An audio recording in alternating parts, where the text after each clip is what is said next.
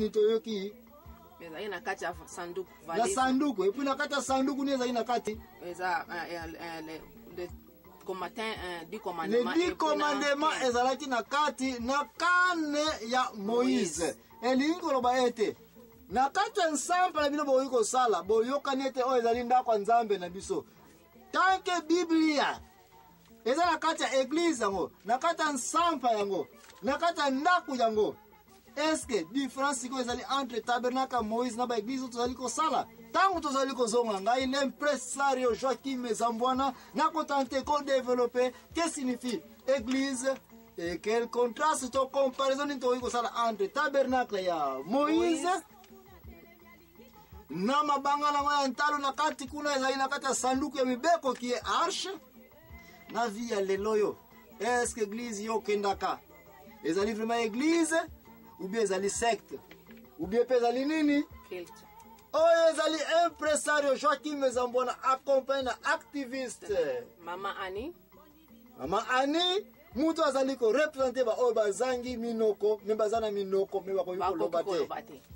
nde tango tozali kozonga se na ngai tozali ko continuer na nini na église. Merci mingi tika ete tozwa mwa repo tokene suku komona ete nde ini bandeko mso bazali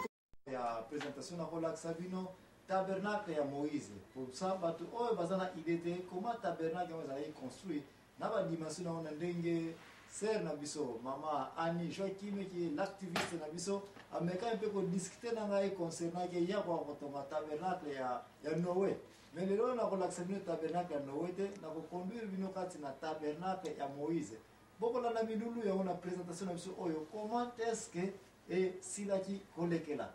Merci mingi bokene mosikate ngai l'impresario Joachim Zambwana mutu nazali kati na émission oyo et puis na ko présenter bino tabernacle ya Moïse. Merci mingi kama wana ngai landa milulu oyo ndenge kolekela. Merci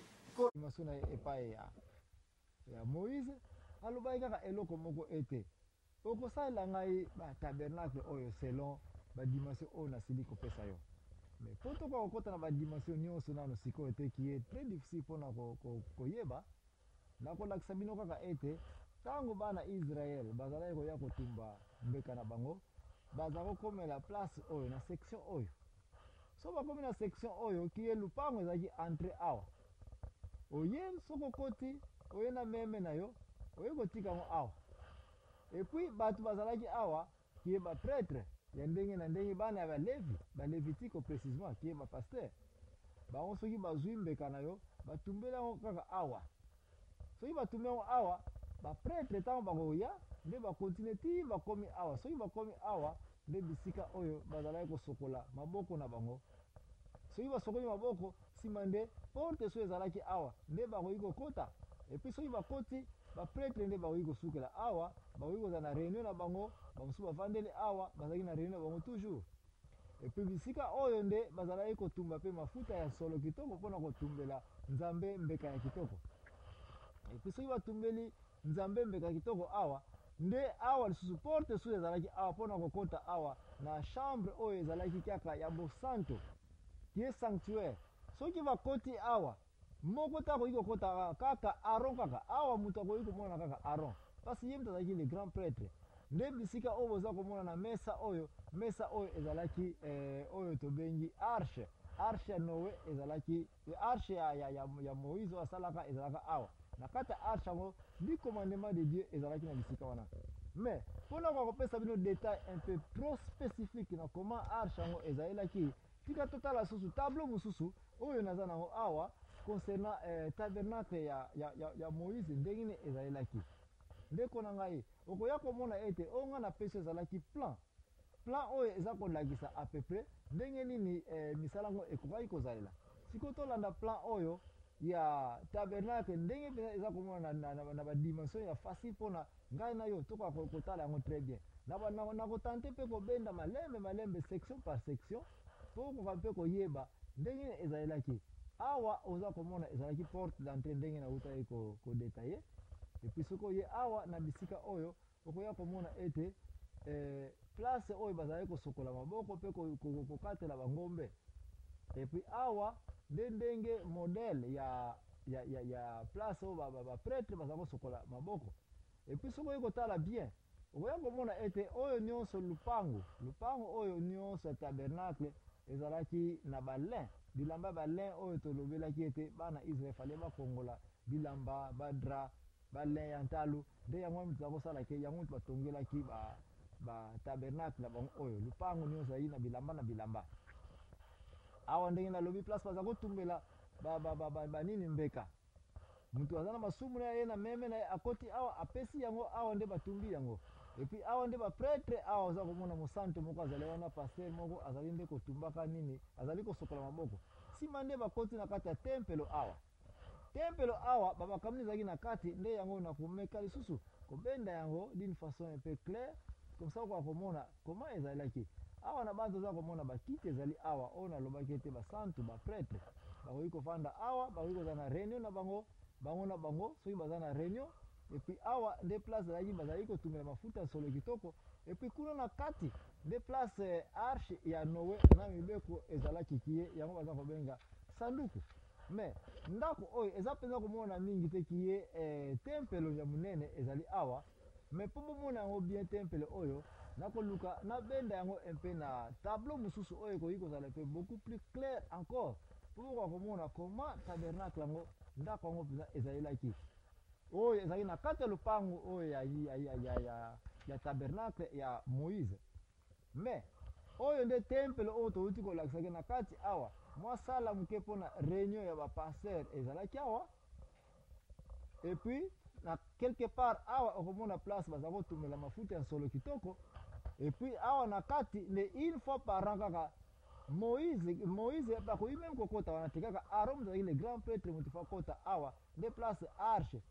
ezalaki arche to sanduku ya mobeko ezalaki na bisika oyo arche yango marke oza komona yango te topesameli occasion ya komona yango malamu na tableau oyo mosusu naza na yango tableau oyo bandeko na ngai nde yango moto eza kolakisa sikoyo arche nyonso ya Noe ndenge ezalelaki okoya komona ete baangelu mibale bazali wana baangelu oyo ce n'est pas n'importe quel angelu mais baangelu babengaka basheribe oyo bazalaki bango mibale bango nde bazalaki basala bango na wolo palata nde yango oyo koyoka ete bana Israel baya na bawolo na bango mpona nini mpo basalela yango arche oyo mpe basalela yango baangelu oyo mibale bazali awa basala bango na wolo ndenge omoni arche yango oyo ezali kaka sanduku ya moke ezali nde bible kaka ezali na kati kele 10 commandement nkawa ya Moïse ezalaki na kati epuis na nini so ezalaki na kati mabanga oyo ya le 10 commandement donc oyo bozali komona bandeko na nga nde yango tozali komona tobengi arche de Noé yango mozali na kati ya tempele oyo tobengi kombo ya tabernacle place arche oyo ezali mutu moko azalaki na droit yakende komona yango ye moko kaka Aaron même Moïse akoki kokoma wana te parce que Moïse azalaki deja na maboko emonaki ezalaki na makila mpo abomaki na Egypte Aaron qui était le grand sacrificateur to nganga nzambe munene ye kaka mutu akoki kokoma wana baoyo nyonso batikali jamais bakoki kokota wana bref mpona illustration ya arche ya Noé mpona komona yango mona mozindo nyonso ya makasi mpenza tika toya mpenza kotala scénario yango bien ndenge eza kolekela awa nde meilleure description tokoki kopesa mpenza ya arche yango oyo tabernacle ya Moïse ndenge nauti koloba nakomeka nanu kobenda yango susu te natia yango na molili to bomana baminda nyonso mpo toka kotala yango très bien lisusu okoya komona ete Moïse soki akoti na kati toesili toexplike deja akoya kosukolaka awa ye na bapretre mosusu mais Aaron ye akoki koya awa akoti mpe na kati ya temple chambre so ya sanctuaire ezalaki na place arche ezalaki ye kaka mutu fa kende fa bakanga ye chaîne bandeko na nga na lokolo chaîne wana efe banda na kati awa ti na libanda awa soki bamoni ete milinga oyo ebimi bango baza kosala yango ka okomona ete milinga ezali awa bana Israel baza kozala na libanda awa na pembeni baza kozela une fois par an il faut ya kosakrifie bambeka mpo elakisa ete aye kosenga masumu mpona mboka nyonso ya Israel soki nzambe azwi offrande na bango nde okoya komona milinga ebimi soki milinga ebimi bayebika nzambe andimi offrande na biso soki milinga ebimi te bakozela ta moko bo bien spécifique soki ta yango ekoki eke Aaron abimi te nde bakoutilize chaîne oyo babendi bayebiki asi akufi mpona nini chaîne mpo soki yo mutu soki okota na kati kuna mpo ete okwa kosala nini okwa konoza ebembe ya Aaron yo mpe kokufa nana nga okende kuna akokufa yango wana kaka Aaron mutu azalaki na grâce wana ya Nzambe mpona koya kokutana na Nzambe place nini kati na place ya sanduku ya mibeko ezalaki to arche donc ndenge nazali koexplike arche oyo oza komona bato bakoki kokumba yango 4 bato e bato yango ifa azalaka balevitike bapaster kaka soki baza kose déplace bakei kokenda na ville mosusu arche oyo na ntango eza na kati ya ndako ya tabernacle Moïse kaka akoki kokoma wana mpe kutu te me Aaron kaka mutu fa koma wana donc arche oyo mutu akoki kokende kobwaka makila na likolo na yango ezalaki kaka Aaron donc sungai l'impresario Joachim Zambwana nazali accompagné na mama Ani mutu azali l'activiste mutu azali ko représenter bato bazana minoko kasi bazangi nini koloba koki koloba te me